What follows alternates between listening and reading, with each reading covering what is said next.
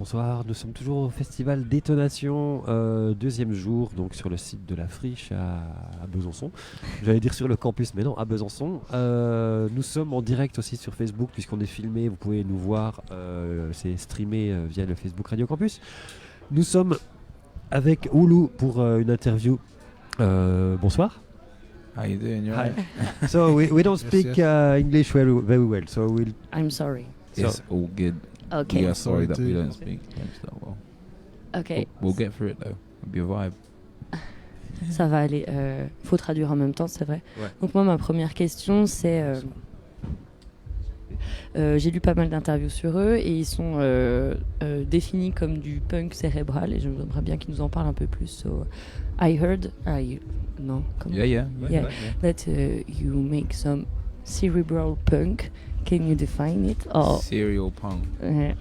Well, I think me and Tag, the other day, me and him were having a conversation and we were saying that the music that we make isn't necessarily one thing.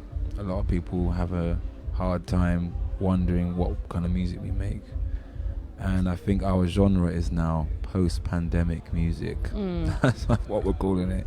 Post-pandemic music, innit? Post-pandemic music. Because we're into everything, man. tu veux traduire? Vas-y, je te laisse. Ils définiraient leur musique comme musique post-pandémique. En fait, ils trouvent pas forcément un terme qui englobe tout ça. Donc, pourquoi pas en inventer un pour définir ce qu'ils font. Ouais. And you worked with... I don't know how to say it in English. Des quoi? Il était éducateur. You work with children as an educator? Oh, yeah. Yeah, I used to do that for a long time. And how it influenced you in your music? Well, just community is a big part of what we do. And every part of that, I feel like it's about letting people know that are coming after us that they can do whatever they want in any position or in any way that they want. And I felt like when I was growing up, or when, I don't know about you, but when we grew up in London, we had places like youth clubs that we could go to, meet older people, and kind of give us life lessons, to kind of give us encouragement about how to kind of wipe away the fog of what you're supposed to do in life. And I feel like I learned a lot of that working with youth. Tag runs a pub in Tottenham, South London called The Railway. And every month do the Brit Show thing? Yeah, once a month, the Brit School, which is like a state-funded music school. They come down and run an event with all their engineers and stuff. It's good fun, but it's good to see such young people doing stuff, you know. Trust me. And like, yeah, just yeah. You had Archie down there. Archie's one of the famous ones. King Cruel. Yeah. He came down to the pub when he was tiny. Oh. Okay. And it was just, playing his music, doing his thing, having a space to do what he wants to do inside a safe place, which is the community. So that's the important thing that we apply to what we're doing. Ok. Je te propose de traduire avec moi. J'ai eu beaucoup de mal à comprendre mon anglais. Oui, alors la question que tu posais, c'était ils ont travaillé avec des enfants comme éducateurs. Ouais. J'ai eu beaucoup de mal à comprendre la traduction. Alors en fait, j'ai demandé en quoi ça les avait influencés d'avoir travaillé avec des enfants à problème, ce qu'il expliquait. Et c'était de découvrir que quand on aide les gens et que on crée une communauté, ça t'influence et ça te permet de tirer des leçons de personnes. Et après, il a parlé du tenir un pub. J'ai compris, à Londres. Et il a vu King Cruel. Ah, pas mal. Sweet. So you have many influences, pop, rock, rap, electronic music. But when it's time to compose new tracks, which is your favorite instrument? What do you use? A guitar, a piano, Ableton Live? Ableton, MPC, guitar, bass. How it usually happens is I'll go on my computer, and all of us, we have separate studios in the same building at the railway. So I'll be in my room making something on the computer or on my MPC or on the guitar or anything. And then he might come in and be like, yo, what's this? This is great. Or I might go in their room, and him and the drummer Jager would be like pressing some buttons and making a groove, and I might just pick up the microphone and start singing something.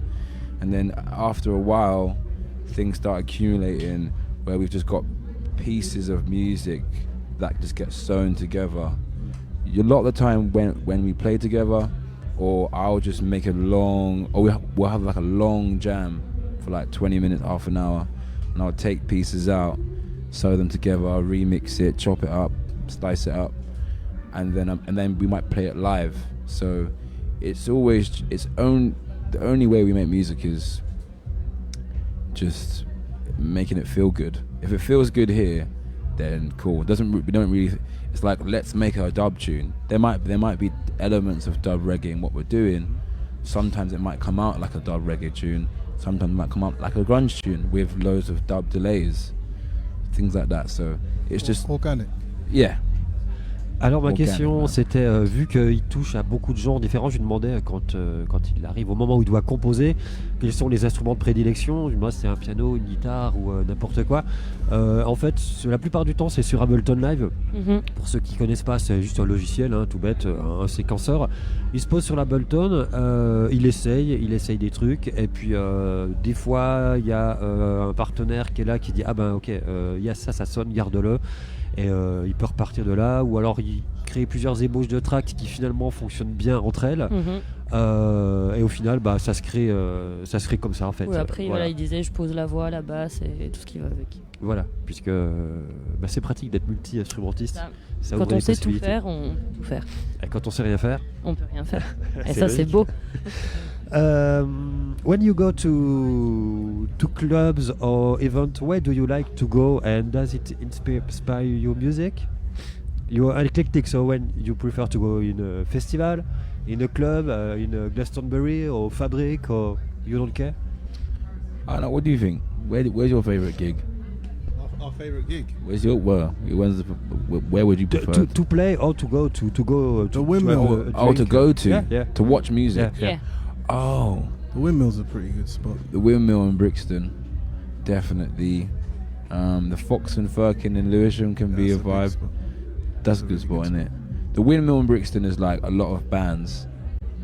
We spend a lot of our time at the Railway pub, which is, he curates it all, so we can kind of be like, Tag, can you do this on Saturday?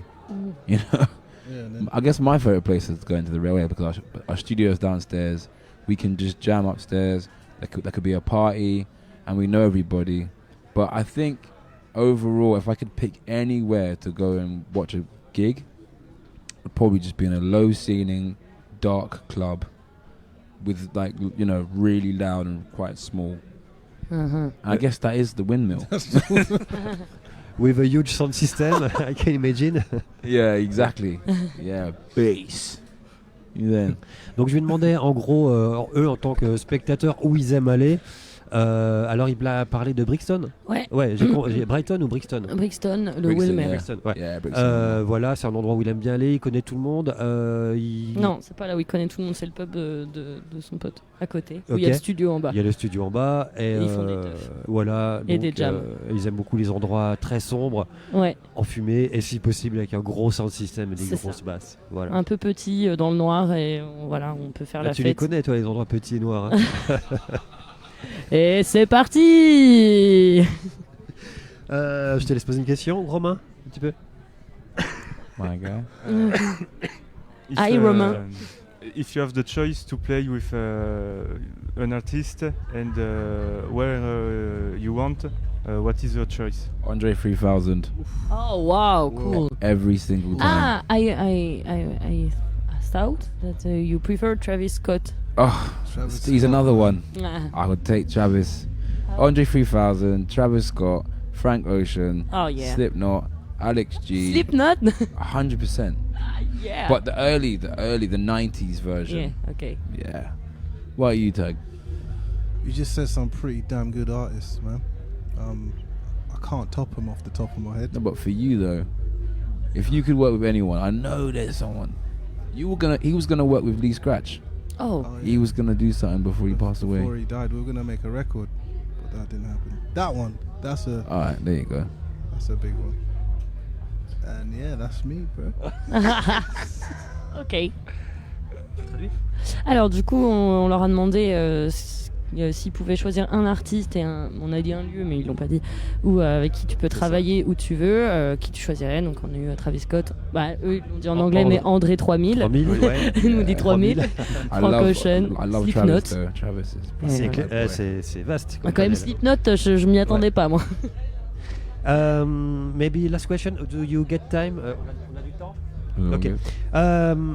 Your music is really eclectic, so is it a problem for you because you know that a record shop or maybe a website like Spotify they really like to class it? You understand? Class it? Yeah. To order.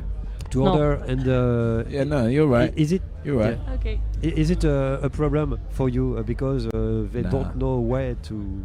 That's a them problem. Ah. That's Okay. their problem. Okay. To be honest, because I mean, in my mind, you could listen to our music. I was saying it about Oscar's album today. I was like, a friend of ours, Oscar Jerome, yeah, he dropped a record a couple of days ago, and I was just like, you see this tune here? I couldn't place this tune. He gets put in the jazz thing.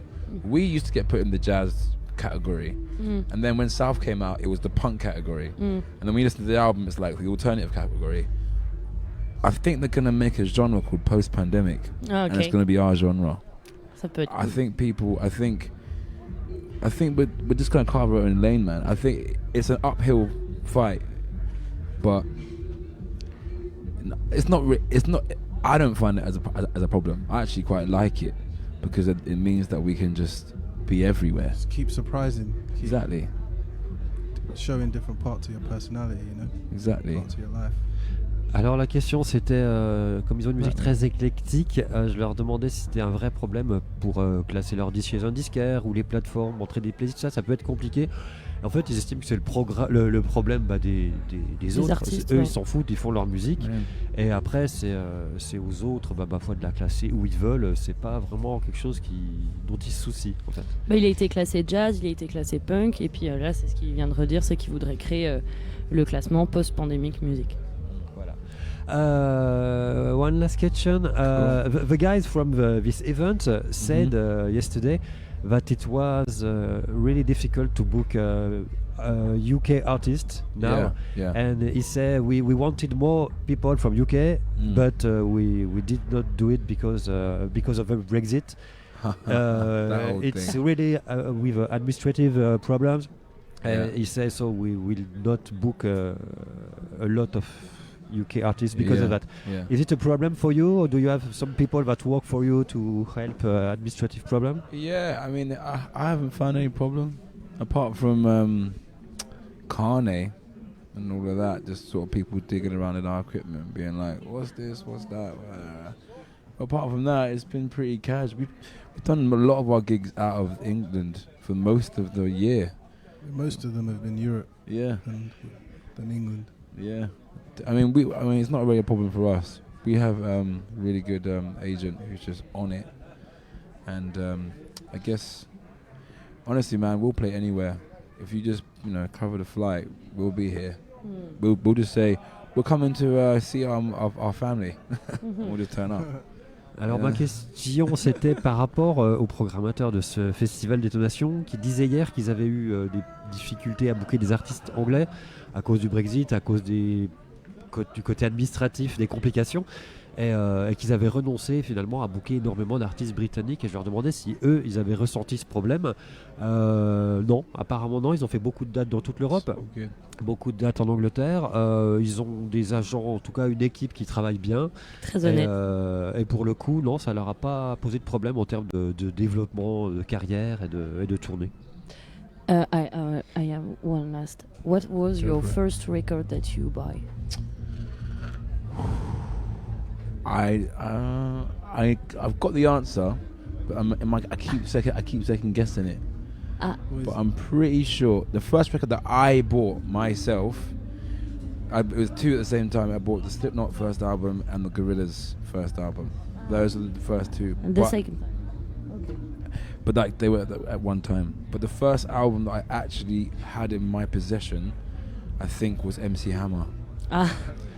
You know what I mean? I think it was my mum's, Ah. and then the South Park album. That was it. But I the had ones that. that I bought, yeah. I had that South Park Can't album. sail away. And you? Oh man, I've actually got to say this out loud on radio. Go on. It was the Spice Girls. I'm sorry. Forgive me.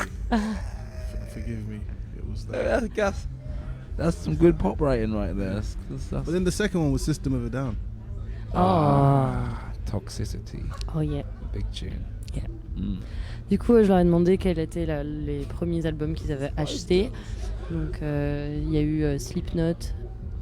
Non, MC Hammer, mais tu connais pas MC MC Hammer. Mais si, je connais I MC think Hammer. she don't know MC Je te Hammer. fous He's de too ma- young. Can't touch this. I know. Yeah. quand même. Yeah. Mm. Can't touch this. Bien.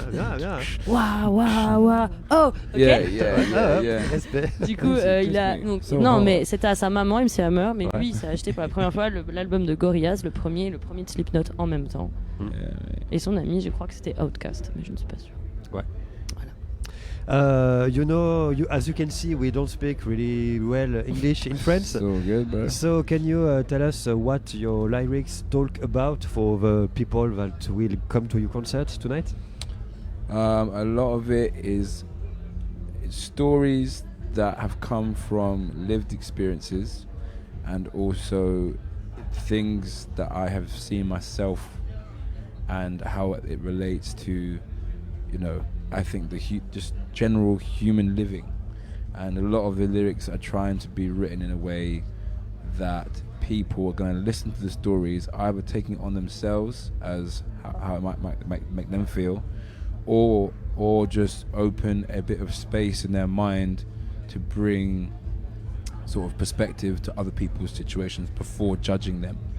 So that's kind of what it's about. That's why the record's called Loggerhead, because it's all about the internal and the external fight between your own thoughts and how your thoughts and actions are reflected by other people. Like me and you might have a different opinion about stuff, but we can come to a common